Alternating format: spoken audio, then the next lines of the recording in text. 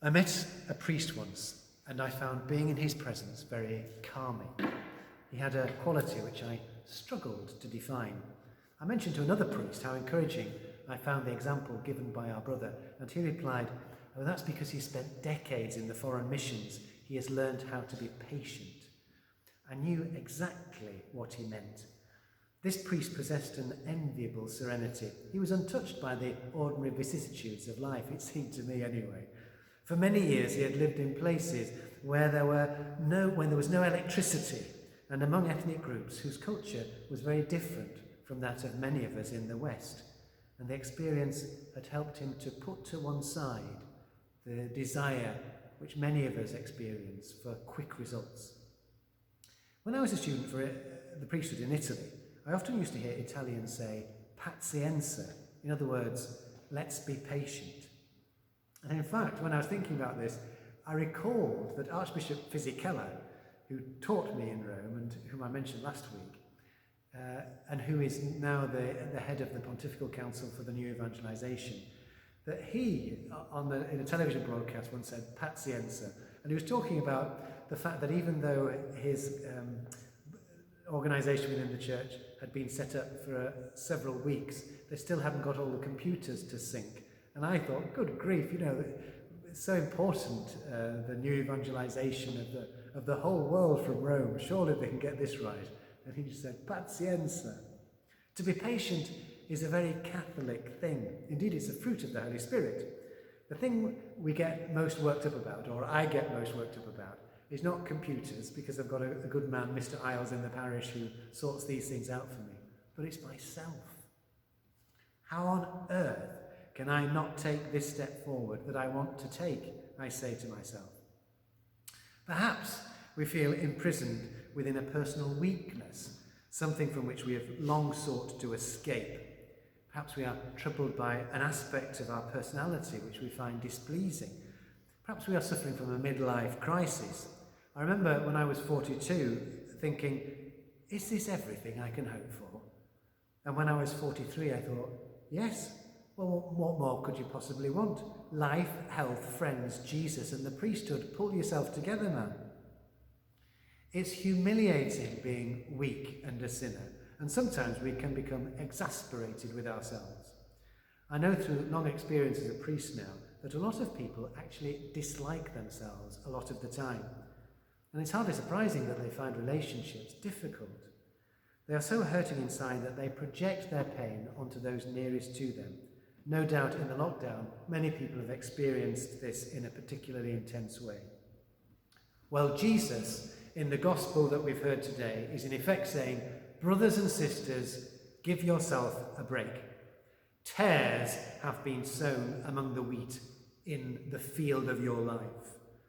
The landowner is very laid back about this in the story, isn't he? He knows that his enemy has done this to him, but he simply says, leave the tares to grow together with the wheat, and then we will remove the tares at harvest time and burn them. Well, an enemy has similarly sought to prevent us from flourishing. The devil has subjected us to temptations and caused us to fall into various forms of negative, addictive behaviour.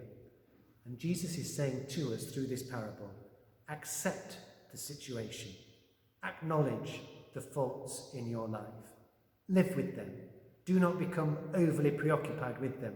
Know that through the power of my Holy Spirit operative within you, the time will come when you will be freed from these faults.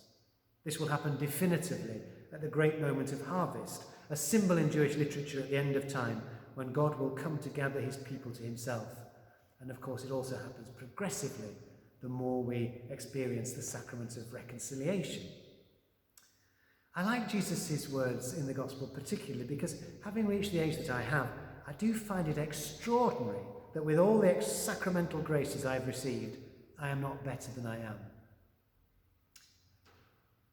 That was a cue for the people during the Mass to say, no, we think you're fine, Father, but nobody actually said that. Pazienza. I am to be patient with myself because God is patient with me and God always will be. When I realised this, I think I was about the age of 45, that transformed my life.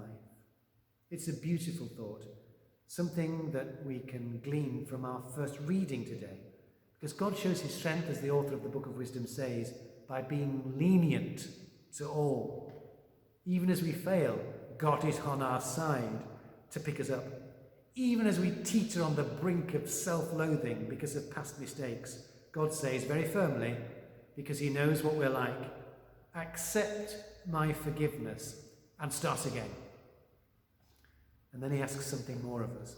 He commands us to engage in the mission of his holy church. This is usually the last thing we want to do when we are experiencing our personal vulnerability, because we feel unequal to the task. We fear that others will consider us to be hypocritical. How can I profess to be a Christian, let alone encourage others to consider the beauty of being a disciple of Jesus, when I am such a rotten one myself? Can't I just be glad that I'm part of the family and leave it to others to reach out to others? Well, that would be a credible opt-out strategy, apart from one thing. Everybody is in the same boat. Everybody has tares in their field. Everybody's life is in need of renewal. Nobody is fit for purpose. And yet, here's the extraordinary thing. Jesus has chosen each one of us to contribute generously to the life of his church. And here we gain a precious insight into the wisdom of God. Just as the missionary priest was readied for discipleship by all the challenges of living in a poor environment for many years, so we are made capable of speaking of Jesus to others precisely because we have become aware of our own spiritual poverty. And in that spiritual poverty, we have experienced God's mercy. So when we speak to somebody who is preoccupied by a sense of their own unworthiness, and that means more or less everybody out there, the fact that we too have experienced that, and that we are conscious that God has rescued us from thinking badly of ourselves, that makes us supremely credible as a witness to the gospel.